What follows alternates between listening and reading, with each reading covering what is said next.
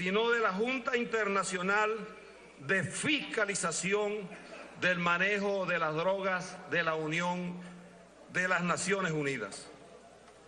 Se habla, por ejemplo, de que en nuestro país, empezando este año, fueron incineradas 3.5 toneladas de drogas. Mucha droga en poco tiempo. Por cierto, ya con el control de la frontera.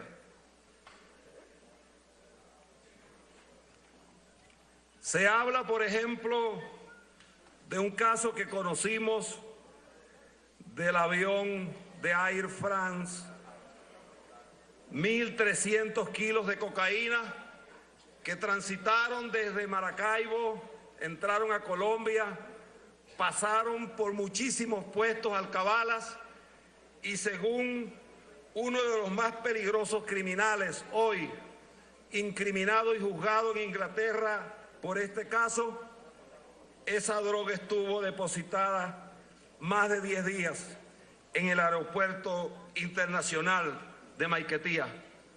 Eso lo dijo Robert Dawkins, uno de los más peligrosos capos hoy en manos de la justicia. Venezuela, uno se preguntaría si aquí hay un narcoestado o Venezuela es un país del tránsito de droga. Por Venezuela, datos de las Naciones Unidas se dicen que transitan más de 300 toneladas de cocaína al año. Eso significa el 40% de la droga que se consume en el mundo. Una parte de ella, África vía Europa, otra parte de ella vía Estados Unidos por Centroamérica. En el año 2007, 2008, 2009, el 61% de la droga que fue distribuida entró a los distintos continentes vía África, Europa, vía Centroamérica, Brasil, venía procedente de Brasil y de Venezuela.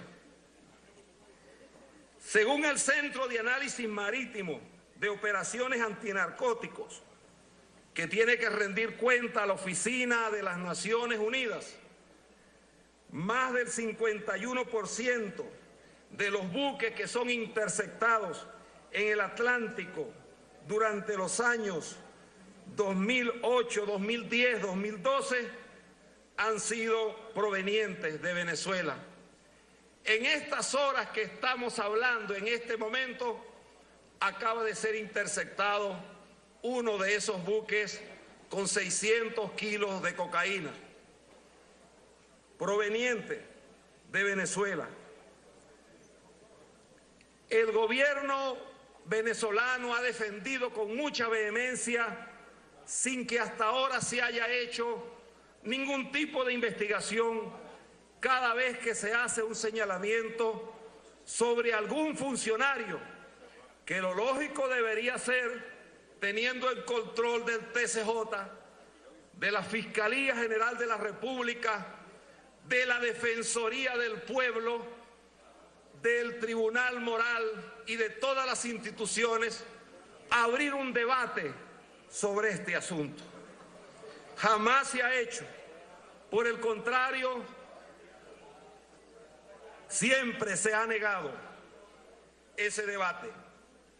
En Venezuela hay solo 2 narcotraficantes reconocidos, detenidos, a pesar de que la señora fiscal no informó aquí que de los 25.000 presos que ha habido en el tema de la droga en los últimos 3 años, más de 18.000 están catalogados en la categoría de consumidores, de poseer 5 gramos de cocaína, 10 gramos de marihuana o cualquier otro componente tóxico que de acuerdo con la ley antidroga estarían catalogados como enfermos funcionales.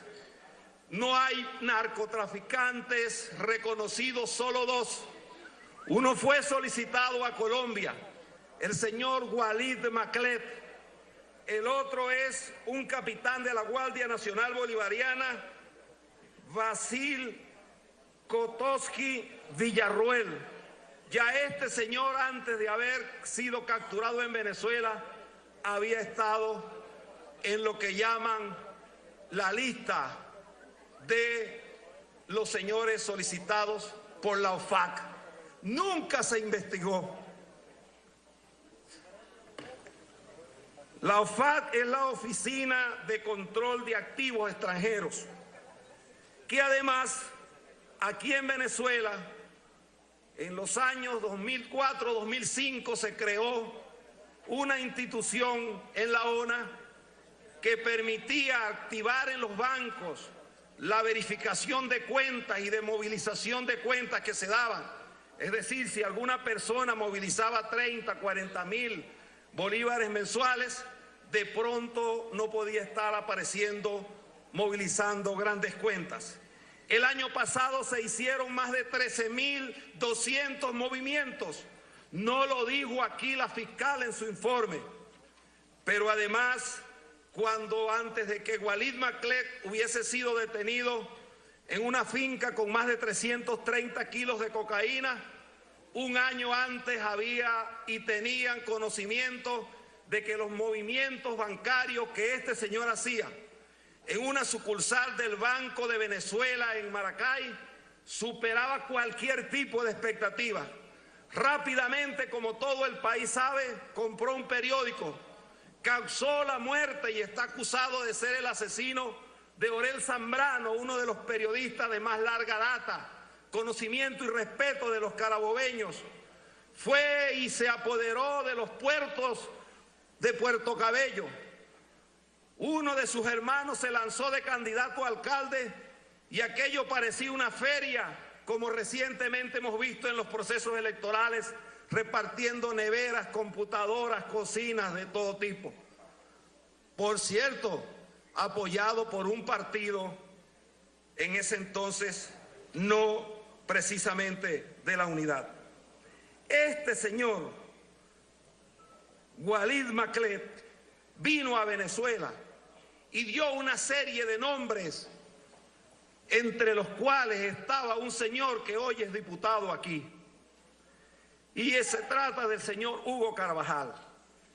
Y el señor Cabello siempre en un programa que tiene parecido a Chepacandela, él dice que nosotros debemos presentar pruebas cuando hagamos esto.